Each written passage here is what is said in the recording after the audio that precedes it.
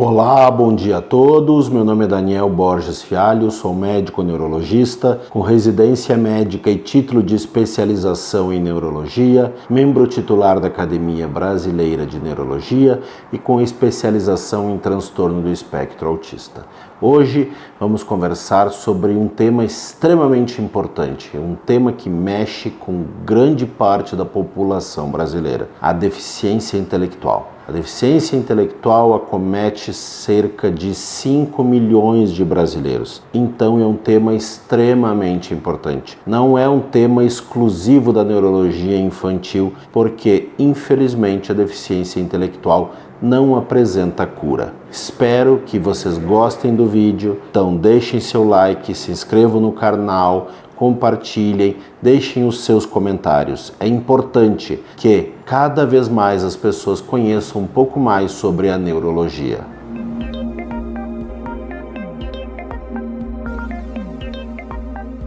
A deficiência intelectual é um transtorno do neurodesenvolvimento que acomete as funções cognitivas, as funções sociais, as funções intelectuais, as funções executivas, ou seja, um transtorno global de desenvolvimento onde há inúmeras perdas em inúmeras áreas. Há sempre um atraso global de desenvolvimento associado, seja ele com déficit menor ou com déficit maior, mas sempre há um atraso de desenvolvimento, há um atraso de percepção. A criança tem uma dificuldade de entender coisas que são mais rotineiras, coisas que são mais comuns, como uma instrução com 3 ou 4 passos, uma instrução com 2 ou 3 passos.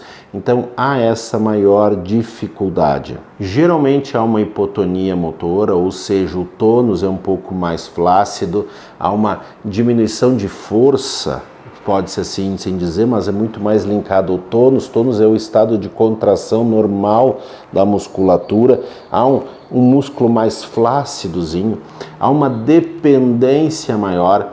Se você relacionar uma criança com deficiência intelectual com outra criança, com crianças da mesma idade, com seus pares, há uma dependência maior. Ela depende mais em inúmeros fatores, seja para se alimentar, seja para se vestir, seja para entender alguma coisa.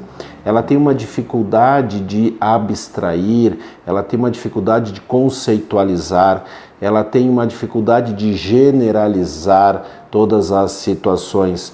Ou seja, se a gente faz um bife frito, ela tem dificuldade de entender que também pode-se fazer outro tipo de carne frita do mesmo jeito.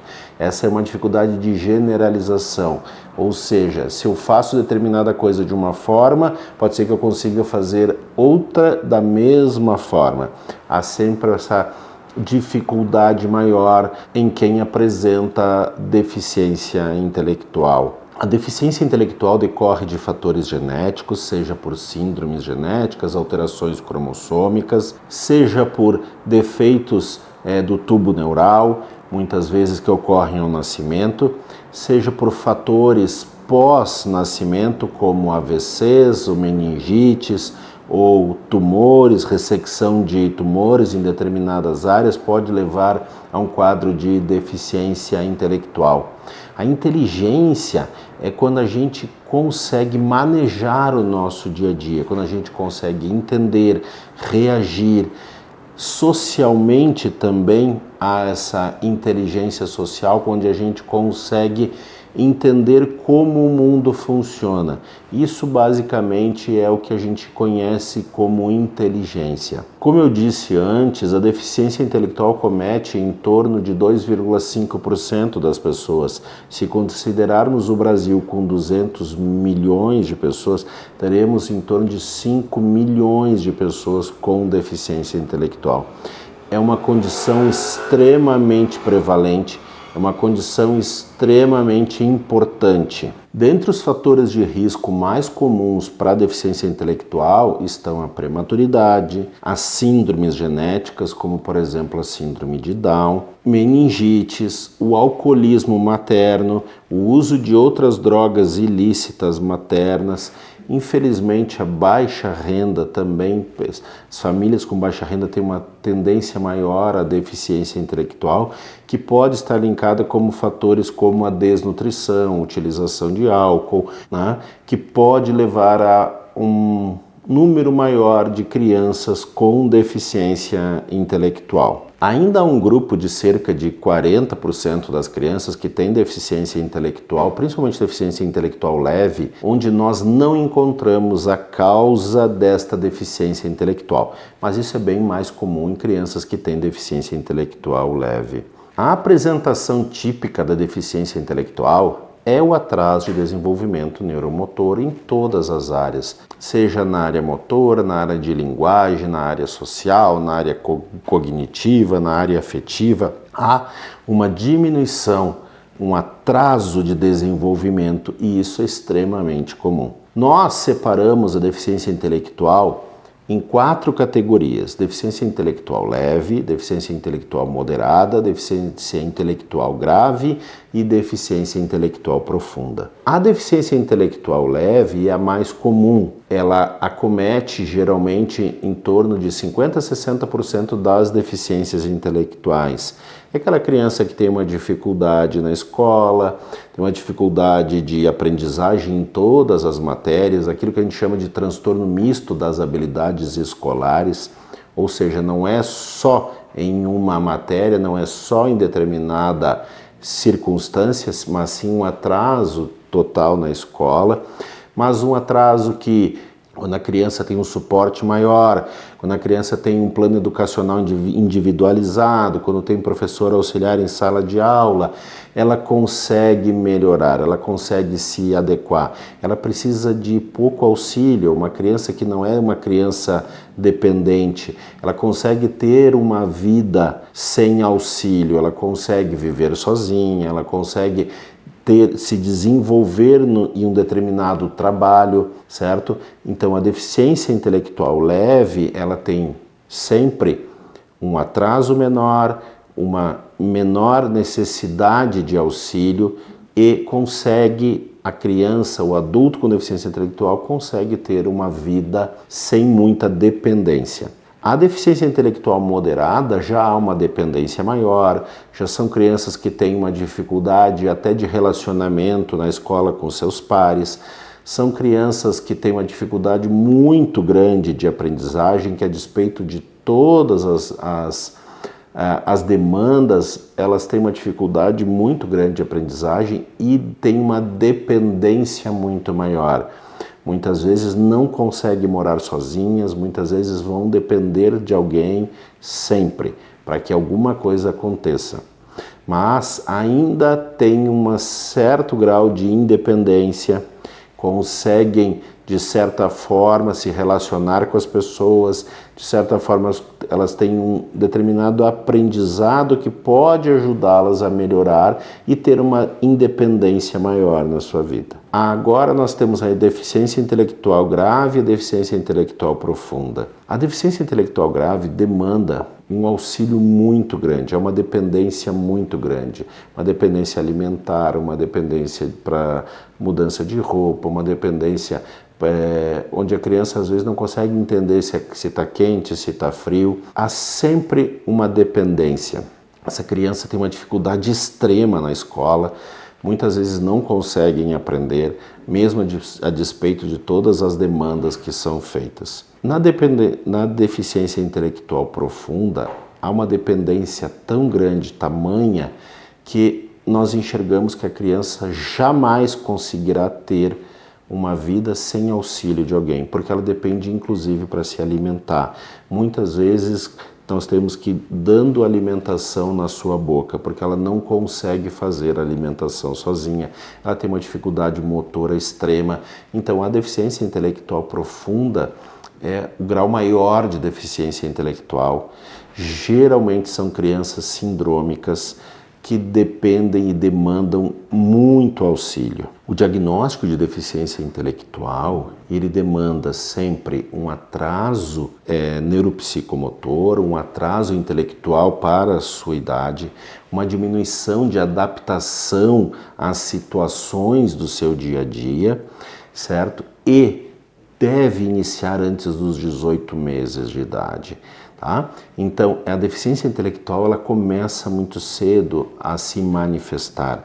Por isso que as deficiências intelectuais leves muitas vezes são mais difíceis de se diagnosticar, porque há um atraso muito pequeno, e esses atrasos pequenos, às vezes, a gente vai conseguir entender quando a criança chega aos 6, 7, 8 anos de idade na escola, onde começa a ver os problemas escolares. No Brasil, a gente utiliza a escala Wechsler para a avaliação, que é o VISC-4. Por que é importante essa avaliação?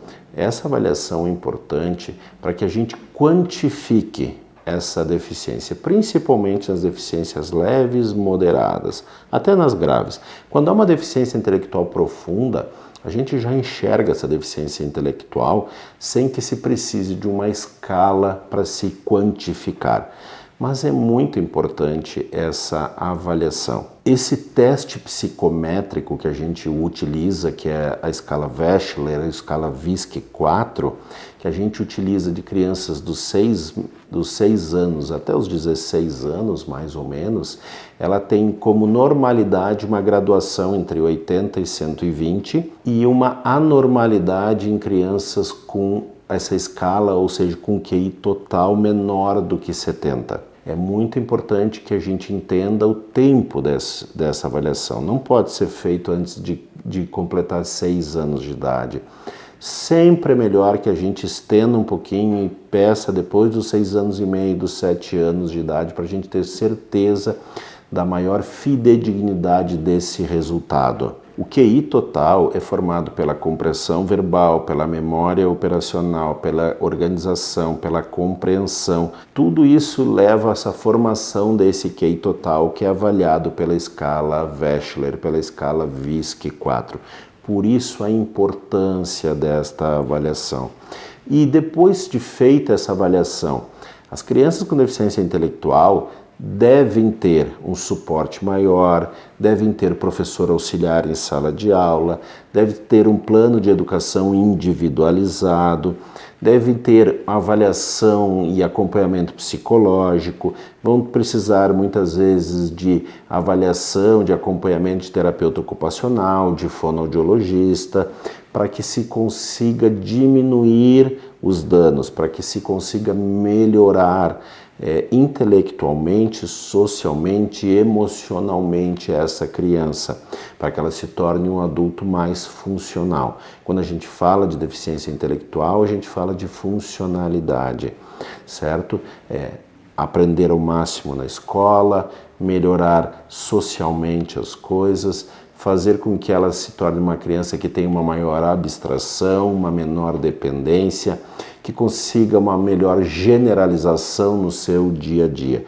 Isso é de extrema importância quando a gente tem crianças e mesmo depois os adultos com deficiência intelectual. Lembrando que as deficiências intelectuais graves e profundas, essa pessoa não tem condições de gerir a sua vida por si só.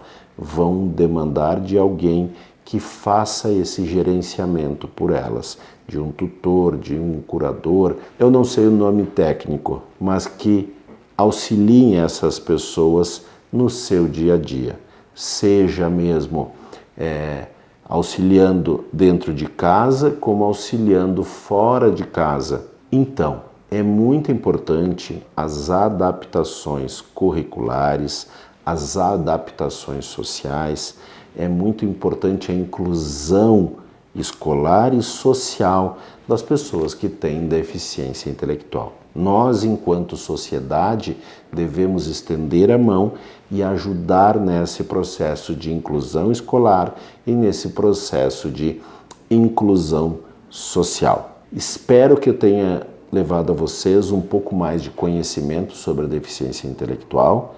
Lembre-se que cada vez que eu faço esse vídeo, eu também aprendo mais. É muito importante que a gente leve a mais e mais pessoas o conhecimento sobre a neurologia. Um abraço fraterno a todos.